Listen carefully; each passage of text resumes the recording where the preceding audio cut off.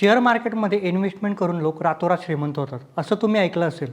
पण देशाचे माजी पंतप्रधान डॉक्टर मनमोहन सिंग यांच्याबद्दलची एक गमतीशीर गोष्ट आहे. 1991मध्ये डॉक्टर मनमोहन सिंग यांनी अर्थमंत्री म्हणून भारतीय अर्थव्यवस्था रुळावर आणली आणि सेन्सेक्सने मोठी झेप घेतली. पण हे सगळं असूनही ते कधीच शेअर मार्केटमध्ये इन्व्हेस्टमेंट करत नव्हते. विश्वास बसत नाही ना? हो. त्यांनी बँक एफ-डी, पोस्ट ऑफिस, बचत योजना अशा पारंपरिक पद्धतींमध्ये गुंतवणुकीवर जास्त विश्वास ठेवला.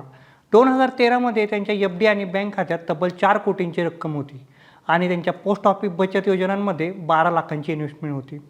1996मध्ये शेअर मार्केटमध्ये प्रचंड खळबळ उडाली होती. तेव्हा त्यांनी संसदेमध्ये म्हटलं होतं की शेअर मार्केटमध्ये माझी झोप उडाली नाही. त्यांनी शेअर मार्केटपासून कायम दूर राहणं पसंत केलं. डॉक्टर मनमोहन सिंग यांनी दाखवलं की पारंपरिक पद्धतींमध्ये गुंतवणूक करूनही संपत्ती वाढवता येते. जर तुम्ही योग्य आर्थिक नियोजन आणि शिस्त पाळली तर तुम्हीही मोठा फंड तयार करू शकता.